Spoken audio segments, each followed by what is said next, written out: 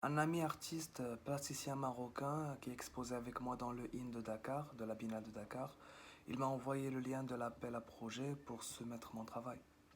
C'est venu par pur hasard lorsque je rêvais de devenir cinéaste et amoureux d'un cinéma indépendant, un cinéma qui m'a marqué plutôt par sa force visuelle, ses compositions, sa lumière. C'est là où j'ai compris et où j'ai ressenti la force d'une image, qu'un seul photogramme peut nous faire voir des choses sans les montrer vraiment, que seule la photographie dispose de ce pouvoir magique, esthétique, philosophique et narratif en même temps. Au début, je me suis acheté un appareil photo lorsque je finissais mes études au lycée pour seul but d'apprendre à cadrer, à composer des plans de mes futurs films que je rêvais de réaliser et que je n'avais pas assez de moyens pour le faire. Du coup, je réalise spontanément plus tard que j'arrive à toucher profondément, à faire passer mes émotions et mon état d'âme aux gens qui regardaient mon travail, et que j'arrivais à réaliser une grande partie de ce que je souhaitais raconter par le médium du cinéma.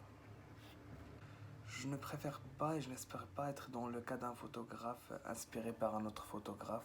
J'essaie plutôt de me limiter à la curiosité, de découvrir et d'être touché et ému par ce qu'un autre photographe a envie de me raconter, c'est tout. Je pense que ce n'est pas dans l'intérêt d'un artiste qui crée aussi d'être inspiré personnellement par d'autres artistes qui travaillent dans le même genre d'expression artistique. Ne pas être influencé ou inspiré par une personne photographe, je pense que ça enrichit l'originalité de la vision et ça sert la sincérité et l'honnêteté dont l'artiste a besoin pour exprimer l'état de son propre monde. C'est un travail où je cherche à capter cette mélancolie qui règne dans mon âme et qui reflète parfois profondément l'état d'âme d'une jeunesse à la recherche d'un avenir digne et dont je fais partie aussi. Raconter cela sans être direct, tout en laissant une grande marge vide pour la narration à la personne qui visualise l'œuvre.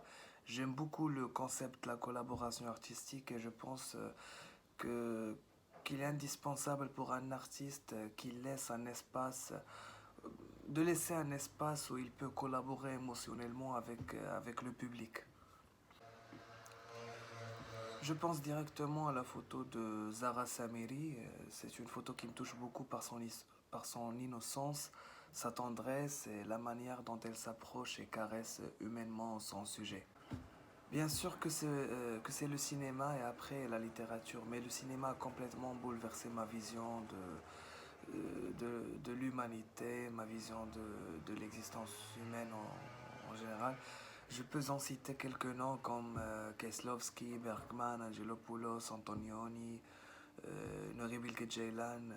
Dans la littérature, je suis très inspiré par des artistes comme Tchekhov, Dostoïevski, Orhan Pamuk ou des écrivains arabes comme le Soudanais Taïeb Saleh, le Saoudien Abdelrahman Mounif que j'aime beaucoup.